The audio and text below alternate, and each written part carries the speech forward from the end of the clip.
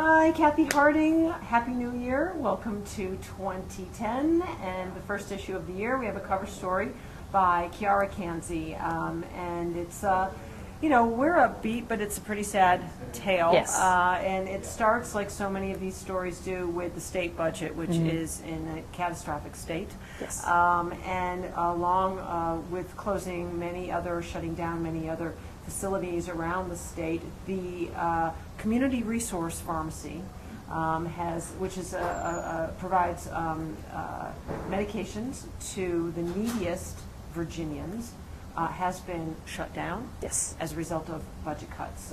So Chiara, the question really is, and what can we expect to see as a result of that in the Charlottesville and Albemarle area? The problem is that the neediest people, the poor people who took advantage of this pharmacy, will be left unmedicated, and that will definitely lead to some going to shelters, becoming homeless, and then ultimately going to jail. There's a link between the circumstances.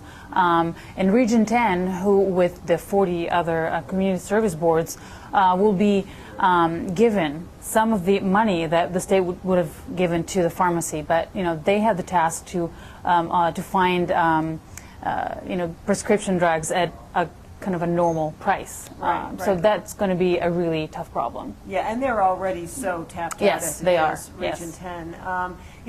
Chiara talked to many of the leadership at the local regional jail, and as she mentioned, there's the whole question of putting people in jail who really need to be medicated Yes. or in hospitals.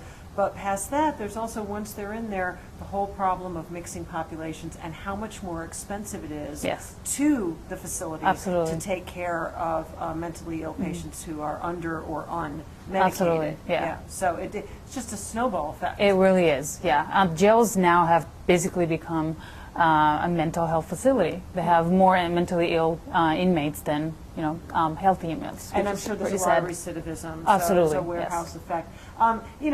It's not the most uplifting story, but we think it's a really important one to consider, especially this cold and sort of needy time of year. So check it out, read it here online, or pick up a copy of C-VILLE. Take it home and read it with you. Take it with you and read it later at home. And we'll see you here next week. I'm Cathy Harding. Chiara Canzi. Happy New Year.